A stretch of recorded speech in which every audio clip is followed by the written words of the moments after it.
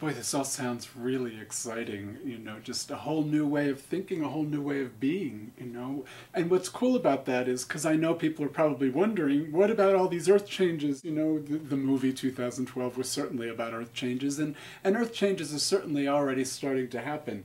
Well, it's a very fascinating subject, obviously, and I can only theorize about it. But from my point of view, what I understand is that earth changes occur according to their need to change. And if humanity would stop resisting moving into a state of unity and started loving the planet that they lived on and honoring the planet that they lived on and honoring one another and stopped all this fussing and fighting and raping and pillaging our poor planet, then there wouldn't be as much reason for the earth to have to change. The earth is being forced to change. We're making her do it. And it is part of how it all evolves. I mean, obviously, there have been earth changes since the beginning of time, and that is part of the natural evolution. And of course, if we believe that it's all perfect, like I do my best to believe, the earth changes have their place to play in all of this also. This all sounds so big and so exciting. What's driving all this? What's the energy behind all this? Well, the Mayans called it the cosmic tree of life, which is, I think, another way of saying the creative force of the universe, all that is. We can also use the word God. I think that you can look at it any way that you're comfortable looking at it. I don't think it matters.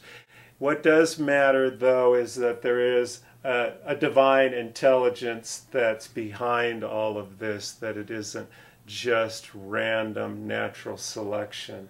You know, that this whole evolution of biology and of consciousness has been planned from the beginning, and it's part of the greater intelligence. Sounds good to me.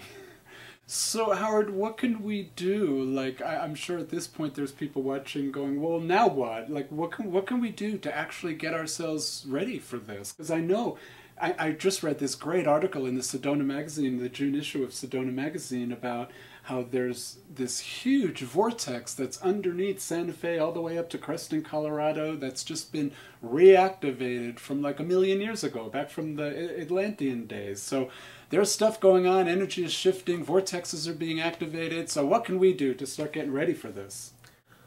Well, I think the most important thing we can do is to do our spiritual practice. The more we raise our vibration individually, the better. That's the contribution that each and every one of us make, is raising our own vibration, working through our own personal issues as they come to be known here in recent times, and really focusing on being in a state of unity with yourself in your life. And when you find that you're having a strong charge about something, a strong emotional response about something, investigate it and get to the bottom of it and neutralize those strong responses so you can be more open to the unfoldment of this divine plan. And there's so many different ways that you can do that. Just on Mind Over Matter TV alone, we've talked to energy workers, and they clear emotional charges and emotional blocks, hypnotherapists.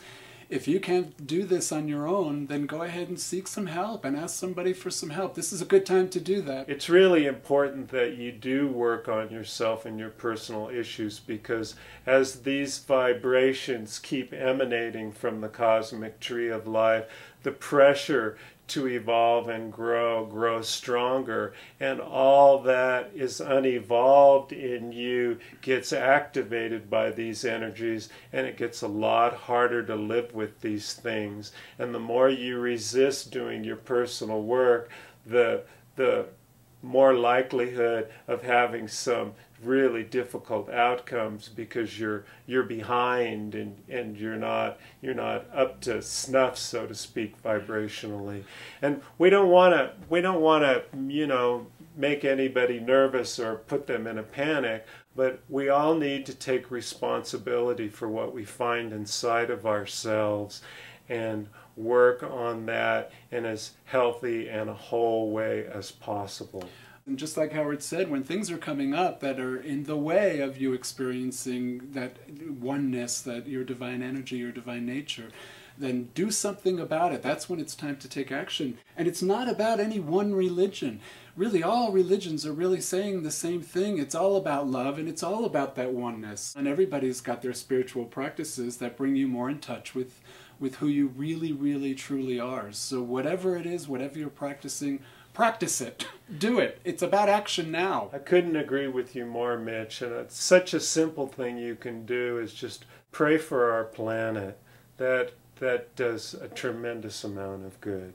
Just pray for the healing of this planet, and in that process, your healing, everyone's healing. Unfortunately, we're out of time, but do you have an email address that we could give people so that they could ask you some questions? Absolutely. It's howwwd5@gmail.com. There's so much more information. I know I have about 1,000 more questions, so we're going to have to go and do part 2 to this interview down the road. We'll let you know when that's coming. In the meantime, thank you so much for joining us tonight. Thank you, Howard. I really appreciate you being on and sharing all this great wisdom about the Mayan calendar. And it's been my pleasure, Mitch. Thank you. And y'all have a great evening and do your spiritual practice. Practice, practice, practice. Good night. Mitch and I love talking about all of these different subjects. So if you have any questions, would like to learn more about what we do, or just want to chat about some like-minded situations, come on down to the Mind Over Matter bookstore. We're located on the historic Santa Fe Plaza in the Santa Fe Arcade.